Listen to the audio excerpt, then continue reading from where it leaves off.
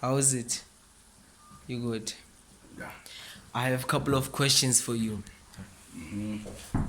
Bring it on. I want you to tell me, why did you play soccer? I played soccer because I realized it's one thing that made me happy, and it gave me a focus to say if I continue playing soccer, that makes me happy. I would one day come out of poverty and help my family. Yeah. What on earth do you compare soccer with? I think to none. I don't compare soccer to anything. Okay. Do you think life and soccer is the same thing? Life and soccer is not the same thing. Um, these are two different things. Mm-hmm. Life is something that it's a combination of lots of activities, so to say, lots of actions. And soccer is a certain thing that makes life to look so easy and um, uh, it gives a reason to live the life that, yeah, I would say so. Do you think you would play soccer for the rest of your life? I believe playing soccer for me it's something that I was born for, and if I don't play soccer, then I don't exist. So I think I'll die a soccer player because I was born a soccer player. Yeah. If you would get an opportunity to become a squad coach, do you think you would do a difference? Do you think we'll see difference? Yes, I believe in. I would always make a difference, in the sense that whatever I imagine, whatever I wish, whatever I picture, I would implement it into my boys and my girls. Who is your favorite soccer player? Cristiano Ronaldo and Deco Souza, the Brazilian Portuguese born player. And why is Cristiano Ronaldo your personal Cristiano Ronaldo is my personal favorite player? motivator, so to say.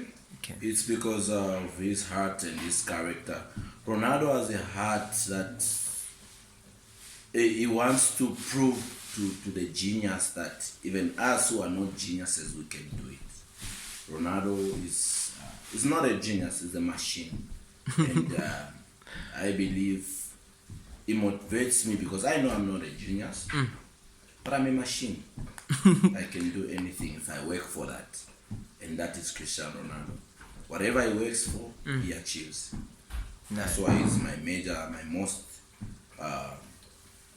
person on the list of people who motivates me. Do you think what's the difference between a person who's playing in the middle and a person who's playing at the back? Okay, football is all about it's a teamwork. Okay, it's more like in life.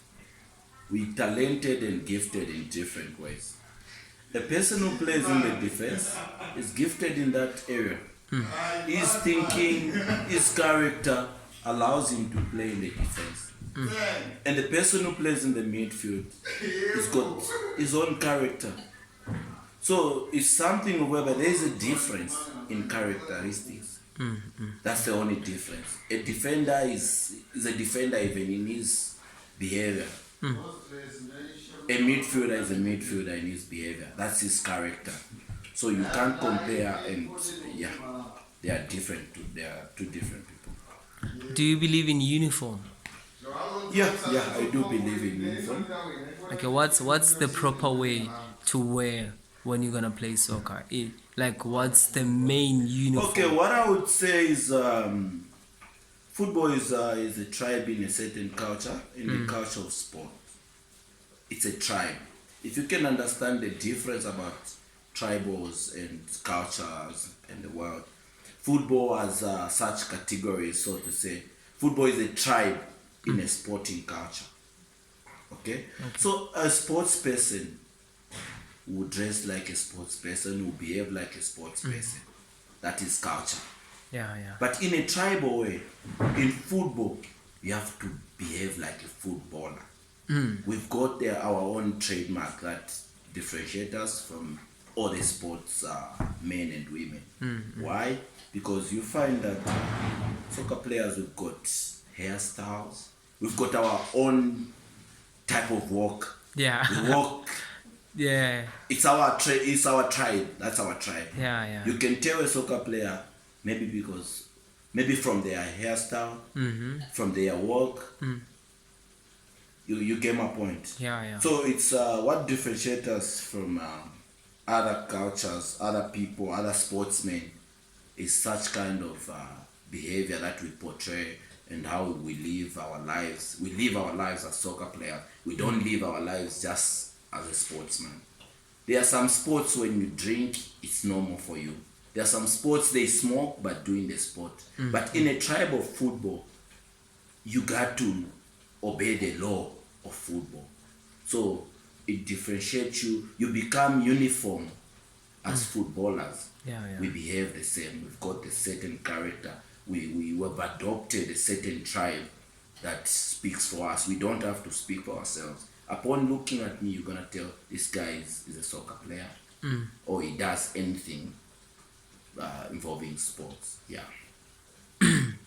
Do you know Masala? Mo Salah, the wizard from Egypt. Egypt. Yeah. Yes, I do. Who do you compare him with? Mo Salah, I would say Mo Salah is. I would compare Mo Salah to Messi. Okay. Yeah, Mo Salah is a genius. As well. Mo Salah thinks before he reacts. Mo Salah doesn't need to use training or physical ability to become a great player. And such I call them geniuses because genius is a gift. And a gift you don't need to work hard.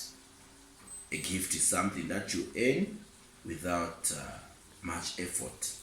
It's a gift you're given. So Mo Salah, I will compare Mo Salah to Lionel Messi because those guys are gifted in their areas. Yeah. Do you need to run when you do the sport? Okay, sports is a physical game. And whatever involves the physical needs energy, needs strength, needs the capability for you to tackle whatever happens in the game. So running is one of the basic 3 S's that I would say. If you want to become a soccer player or any sportsman, you got to have the 3 S's that would go strength, speed, and skill. So definitely at the moment, what is trading? I would say what is trading is more speed is one thing that every soccer player needs to possess. So running is one essential element that a person needs to have for you to play. I believe as a sportsman, you believe in food as well. Exactly. You believe in eating healthy. Exactly. So tell me, what's your main breakfast? Myself, I don't really do breakfast. Okay. Yeah, I don't really do breakfast because But what do you recommend for I a would sportsman? recommend just a cup of tea and some biscuits is enough. Yeah. But we focus on a major meal like lunch. Lunch should be heavy. You need to have proteins. You need to have starch. You need to have lots of proteins in every food that you're eating because we train so hard, we work so hard as soccer players, and we lose more of protein. And you need to have calcium. Calcium helps you to work in your bones. Yeah, and like I've said, football involves your physical body. So you need to balance your diet. Yeah. But you need to take more of protein because you lose too much protein when you're working hard. You burn fat. We work extra hard, so we need to recover. Muscles, tissues needs such kind of food. Yeah. So tell me, in all the sports, we know we have different types of muscle that we need. For example, you can't be buff and play tennis. It's Exactly, impossible. exactly. Which of the muscles do you think they are more important when it comes to soccer? Okay, when it comes to soccer, people, it might sound so insane, but the greatest muscle that you need to work on is the muscles attached to the brain. It sounds so insane, but Yeah. those are the major muscles that you need to work on. You strengthen the muscles that goes to the brain Okay. because whatever you do is generated from the brain. Okay. Okay, so your mental strength must be so extreme strong. Then you need to work on your calves. You need to work on your hamstring. Your hamstring is very important in football because it gives you the speed, gives you the stamina. Yeah, and the legs are the most important things that you need to attach to the brain muscles. Do you think sportsmen deserve a break?